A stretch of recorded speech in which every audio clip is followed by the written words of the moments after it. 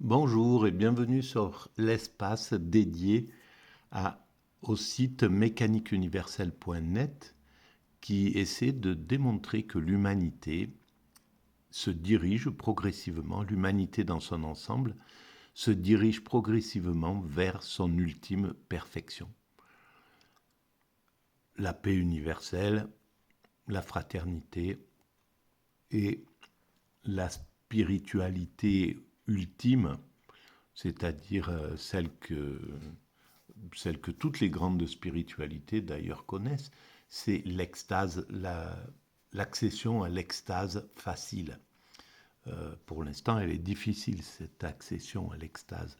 À l'extase, le nirvana, l'éveil, la béatitude, peu importe comment on appelle cette expérience, qui est un état de conscience supérieur qui nous met en relation avec le principe créateur, avec toute la création. Voilà. Ça, c'est pour la théorie qui est défendue sur cet espace. Alors, je m'appuie bien souvent sur des ouvrages pour préciser cette théorie. Alors, je ne suis pas un universitaire, je ne suis pas un philosophe dans le sens traditionnel du terme, bien que je me considère rangé dans la catégorie des philosophes, mais voilà, j'ai pas fait d'études de philosophie, c'est donc très intuitif. Alors, il y a peut-être des... Donc, déjà, la façon dont je pratique, bien souvent, euh, ne prend pas d'égard avec euh, la, euh, une façon qui pourrait qui mettrait en parallèle une thèse, une antithèse, une synthèse, et qui adoucirait en fait les, ma façon d'exprimer ce point de vue et mes points de vue par rapport à l'évolution du moment, etc., à l'évolution générale de l'humanité actuelle. Donc, voilà, je vous conseille juste de vérifier, de ne pas prendre comme argent comptant tous les propos qui sont là. Et puis, peut-être vous pouvez, il y a des choses qui sont contestables, etc. Et j'accepte tout à fait d'entendre la contradiction. Alors, je m'appuie là sur cet ouvrage de René-Jean Dupuy, L'humanité dans l'imaginaire des nations. Il l'a écrit dans les années 90, début 90. C'était le moment où un grand bouleversement était en train de se réaliser. L'URSS était en train d'éclater complètement. Et donc le monde allait partir dans ce néolibéralisme que nous connaissons depuis 30 ans. Alors, sur la mécanique universelle et puis sur de nombreuses vidéos que j'ai faites sur cet espace, par exemple, je critique de façon extrême, même, enfin virulente, ce néolibéralisme qui, pour moi, a posé un grand nombre de problèmes de recul de l'évolution de la société sur certains plans. Parce qu'évidemment, l'idée de la mondialisation, l'idée de fédérer, de tisser une sorte de lien universel comme ça, c'est un moyen de monter vers cette unité, vers la paix universelle. Simplement, voilà, il y a des choses à redire sur cette vision ultra-libérale qui a mis en régression certains pays. Alors, si les choses se déroulent ainsi, c'est il fallait qu'elles se déroulent ainsi. Il est vraisemblable que l'Occident devait dévaluer devait régresser pour trouver un moment, un moyen d'équilibre. Les pays émergents montaient, l'Occident régressait de manière à trouver quelque chose de plus équilibré, parce qu'on vivait avec un monde occidental qui consommait, qui détruisait, qui s'imposait, qui imposait sa culture, etc. Et un, et un monde, et en plus qui s'affirmait aux dépens des pays émergents, qui pillaient, etc., etc. Donc, il y a sans doute quelque chose de cet ordre-là. Voilà, c'est à savoir, à réfléchir. Donc, je vais continuer ma lecture où je l'avais laissé. Alors, c'était justement dans le chapitre mythologie du tiers-monde, l'idée du tiers-monde, l'apogée, la simplification, on a vu, la mobilisation entre les pays du tiers-monde, la violence qui a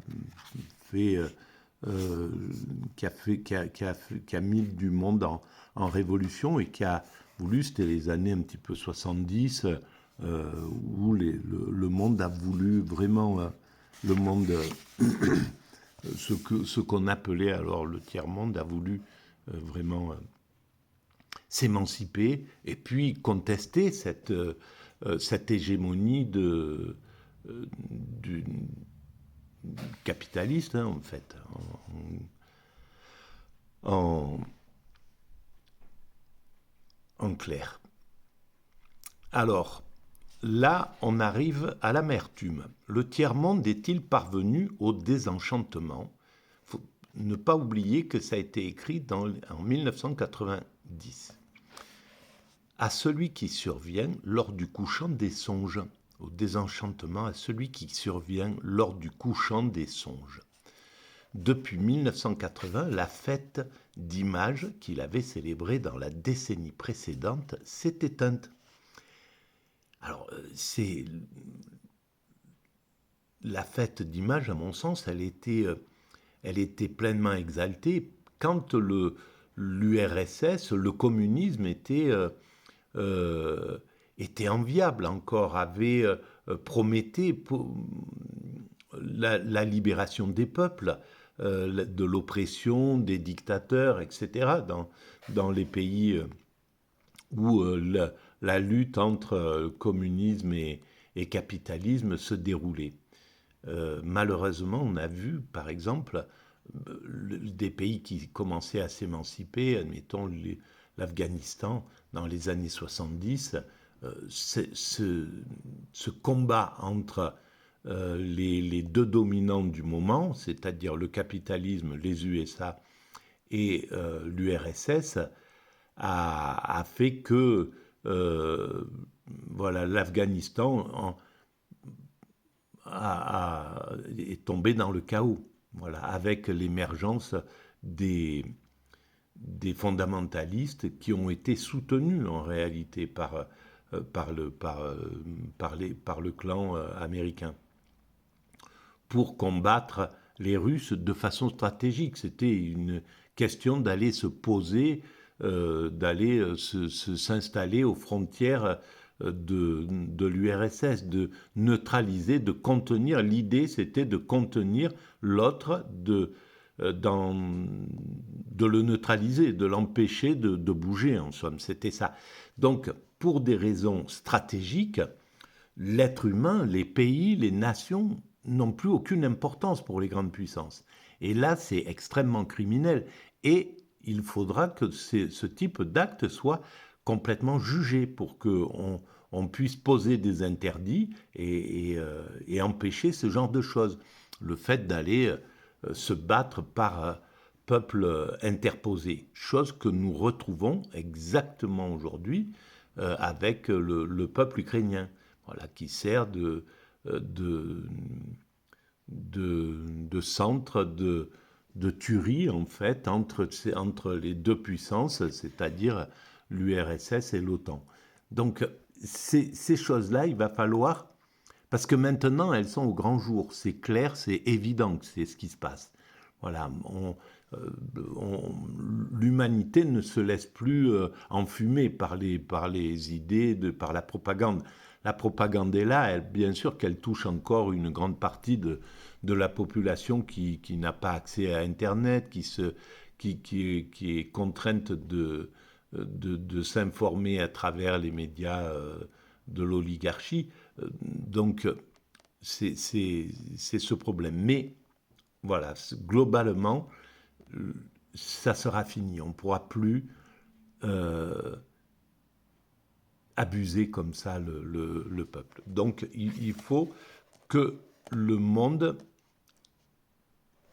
éclaire les malversations des grandes puissances pour qu'on puisse passer sur un autre modèle qu'un système dominant, qu'il soit voilà, avec deux et un prétendant, un système comme ça s'est passé à l'époque entre le communisme et le capitalisme.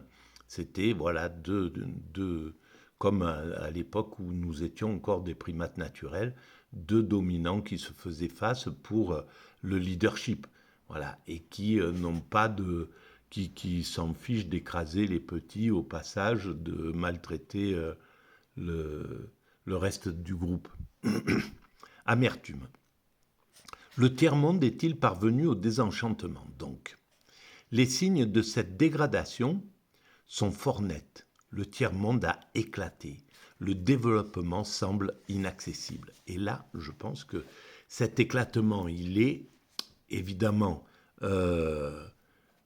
lié à l'état d'esprit aussi des dirigeants, des dirigeants des pays du tiers-monde, de certains dirigeants, mais aussi des manipulations de l'Occident. Voilà. Et donc, parce que ça arrangeait absolument pas l'Occident que l'Afrique, par exemple, puisse être fédérée comme l'Union européenne commençait à se fédérer. Ça voulait dire la fin des matières premières gratuites ou à très bas prix, etc., etc. Donc, on est toujours dans ce genre de choses. Et tout ça, ça doit être dépassé, ça le sera dépassé. On ne peut pas continuer éternellement. On voit pas, on s'imagine pas encore un siècle, 2 siècles, 3 siècles sous ce mécanisme-là. Il est tellement indécent que l'humanité ne pourra pas. L'humanité écarte progressivement toutes les indécences qu'elle rencontre. L'expression tiers-monde a perdu sa fonction globalisante. Elle couvre aujourd'hui des réalités disparates dont elle ne parvient plus à gommer les divergences. Comment continuer à confondre l'Amérique latine, l'Asie et l'Afrique alors que ces trois mondes ont atteint des degrés de développement différents et qu'au sein de chacun d'eux, la croissance inégale des pays a produit son effet morcelant. Voilà. À l'intérieur d'un État comme l'Inde ou le Brésil, des pôles de développement spectaculaires émergent de vastes étendues de misère. Dans le système des Nations Unies, des catégories consacrent des hiérarchies entre ceux qui progressent, stagnent ou reculent. Alors ça, c'est quand même incroyable. Au lieu de passer au niveau de l'entraide générale, quoi, un plan hors sec pour que le monde puisse profiter en même temps des mêmes progrès. Bon, bref. En 1986 et 1990 se sont tenues à Paris les conférences des pays les moins avancés. C'est incroyable, les moins avancés. Même les terminologies sont totalement dégradantes en réalité, parce que les pays, la tribu africaine, elle est aussi avancée que une nation française. C'est exact qu'une nation européenne. C'est exactement pareil. Le niveau d'évolution, parce qu'il faut prendre en compte le tout. C'est pas avancer en termes technologiques. Si c'est technologique, évidemment, on peut le dire. Mais en termes spirituels, par exemple, et même humains, de relations entre les êtres humains, etc., on ne peut plus parler comme ça, quoi. Voilà. De respect de la nature, par exemple, dans la vision vis-à-vis des autres espèces, dans la vision de la nature, dans la vision de la place dans le monde, dans la vision d'un principe créateur, etc. Tout ça, l'Occident, par de nombreux côtés, a régressé, par de nombreux côtés, elle a progressé. Et donc, ça fait que on ne peut pas parler de pays moins avancés, ou alors il faut préciser en quoi. Parmi lesquels on distingue encore les pays les plus gravement touchés, cependant déjà sortis du tiers-monde. Les nouveaux pays industriels se lancent dans la compétition mondiale, notamment par le commerce des armements, de leur fabrication. Il est naturel que le mythe de la solidarité tiers-mondiste se soit évanoui sous le coup de ces dissemblances impuissantes à engendrer au-dessus d'elles une socioculture de superposition. Alors, il faut remettre en situation, à cette époque-là, 1990, dans ces années-là, toute l'énergie, la plus grande partie des énergies mentales des deux grands blocs de puissance était dirigée vers le combat. Et donc, les progrès des autres pays étaient marginaux. L'entraide, le désir d'aider les autres pays, les autres nations à développer leurs structures, leurs infrastructures, etc. C'était extrêmement marginal dans l'état d'esprit de l'Occident, par exemple. C'était pas, il n'y avait pas du tout cette. On voit que maintenant, on est en train de passer sur un autre modèle.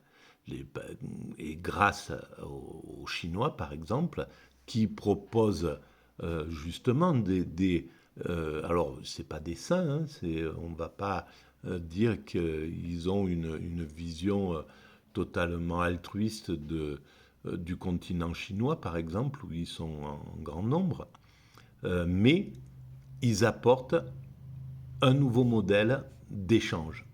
Et donc, en faisant cela, ils forcent l'Occident à sortir de sa zone de pilleurs, de sa zone d'abuseur, en somme, qui n'a pas.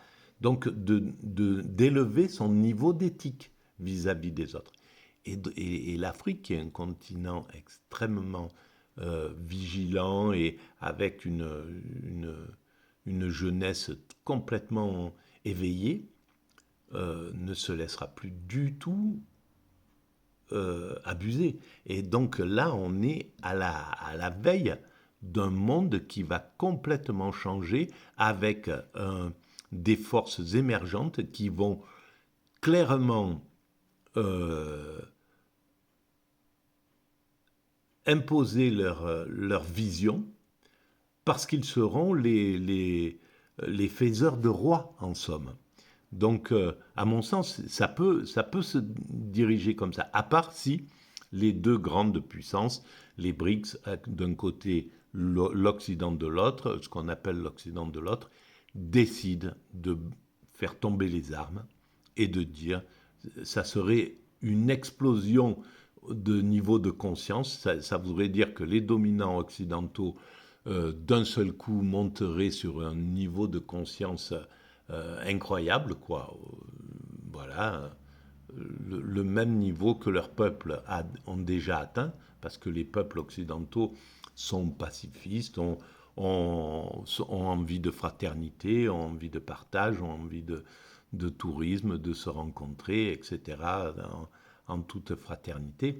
Donc, si ces dirigeants occidentaux atteignent le niveau mental que leurs peuples ont déjà atteint, ils peuvent alors, oui, effectivement, dire, bon, ben, on baisse les armes, on arrête et on commence à travailler ensemble à l'amélioration de cette humanité sur tous les plans qui sont nécessaires, c'est-à-dire écologiques, sociaux, fraternels, voilà, exactement. Et ça serait, et en plus, en hissant la compétition de féroce qu'elle est actuellement, c'est-à-dire les sociétés qui vont se battre pour avoir des marchés en Afrique, à respectueuse, de féroce à respectueuse. Le jour où le marché devient respectueux dans sa compétition, c'est d'ailleurs ce que ce que on a les structures pour faire pour amener le marché à être respectueux et de compétition non violente en somme, avec l'OMC, l'Organisation mondiale du commerce. Donc on a déjà toutes les structures pour pouvoir fonctionner correctement et dire ben voilà, vous amenez chacun, il y a des choses à construire, je ne sais pas, ben vous proposez telle chose et puis le pays choisit l'entreprise qui lui paraît la plus pertinente. Et je pense que c'est de plus en plus ce qui se passe. Et voilà, on va vers quelque chose d'extrêmement ouvert, l'humanité. Bon, je vais arrêter là pour cette vidéo et on continuera le développement inaccessible. N'oubliez pas que c'était en 1999, en 1991 qu'il a été publié cet ouvrage. Donc il faut bien resituer les choses dans leur contexte. Voilà, si vous appréciez ces vidéos, alors je vous le dis encore, hein, je ne suis pas un professionnel, ça mérite toutes ces réflexions méritent une, une mise en perspective avec d'autres visions. Mais si vous estimez que cet espace est digne d'être un peu soutenu, eh ben vous pouvez mettre des avis et vous pouvez vous inscrire, vous pouvez vous abonner, c'est gratuit bien sûr, et puis vous pouvez le proposer à vos amis. Voilà. À bientôt, merci.